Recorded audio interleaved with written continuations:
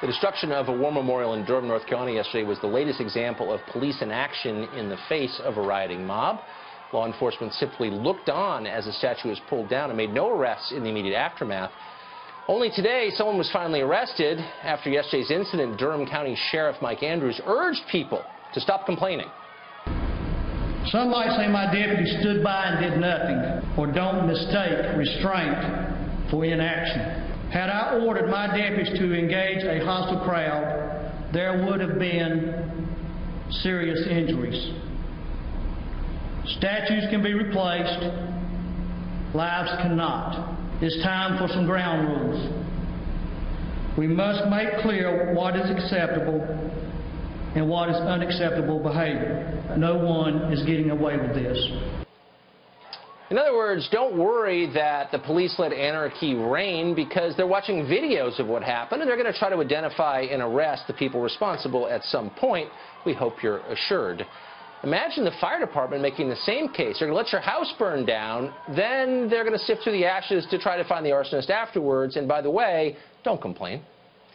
Well, the message of all this is clear, of course. The left has free rein to destroy what they don't like, and police will do nothing about it. We've seen that a lot. What will they feel empowered to destroy next? Well, Stacey Abrams, a Democrat running for governor of Georgia, has already demanded the destruction of Stone Mountain. That's the world's largest bas-relief sculpture. It's an artistic masterpiece, by the way, but it commemorates Confederate figures, so she wants it taken off the wall. That would put her in the same league as the Taliban, which you'll remember blew up immense ancient stone Buddhas because they offended the official ideology. If you've got views the left doesn't like, this should give you pause, especially now that we know the police won't intervene. What can't they do to you? That's a question that ought to be rattling around your head. Vincent Hill is a former Nashville police officer.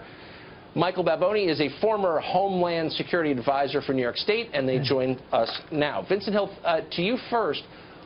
Why is this different from the fire department saying, you know, we're not going to put your house out, it's on fire, but it would be pretty dangerous if we showed up on the scene, but we're going to figure out later what happened? How is this different from that?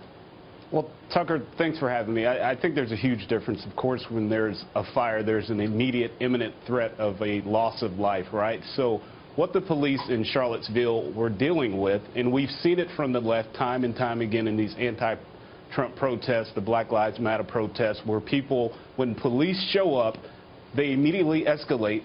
They don't want to listen. They start to throw rocks, urine at police.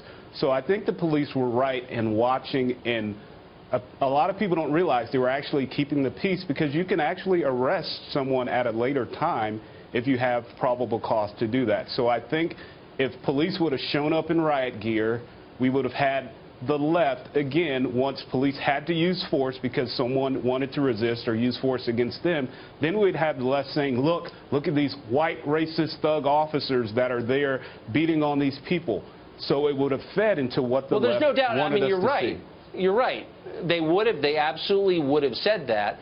On the other hand, Michael, what's the point of having police if they don't stop violence while it's occurring? And by the way, people were hurt in Charlottesville, and the police didn't do anything about it. I mean, it was discouraging to watch that. The purpose of a police officer is to protect life and property, preserve the peace, and I think we're kind of missing the point in terms of this whole event. Where were the police? Not when the moment of the violence occurred. Where were they beforehand? Good policing involves intelligence. It involves people on the street knowing what's going to happen, anticipating the violence that could erupt, and putting resources to apply that.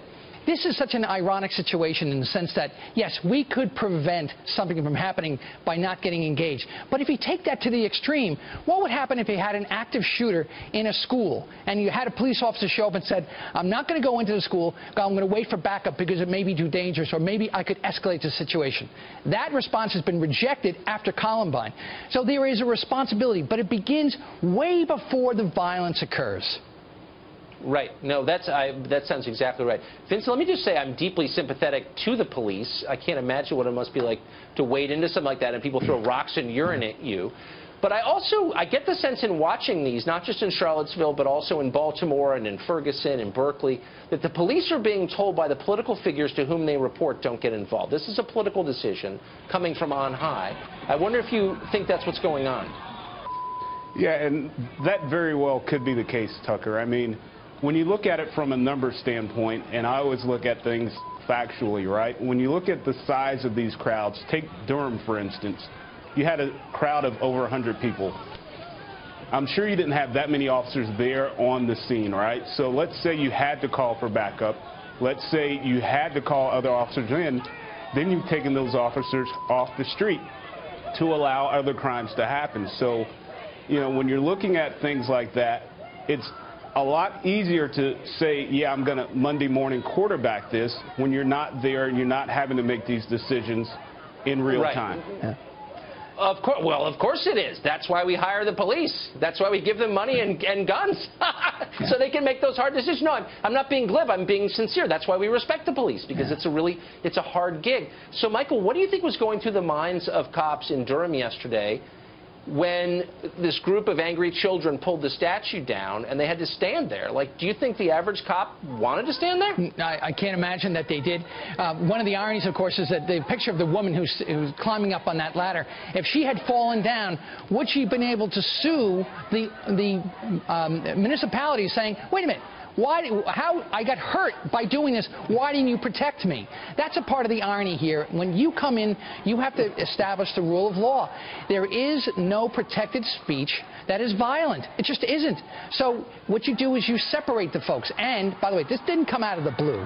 You had Charlottesville beforehand. It's about a 360-degree awareness as to what's going on, not just in your community, but around. And so the folks in Durham didn't think this could possibly happen. Well, they need better intelligence from my perspective. And by the way, it is the job of folks in government to do the Monday morning quarterback, because we're going to be a part of the review panel and the review board to say, were the actions of the police officers appropriate? It's our job. Right. And this is going to happen again. Gentlemen, Michael Vincent, thanks all for coming on. I appreciate it. Tucker, always a pleasure. Thanks.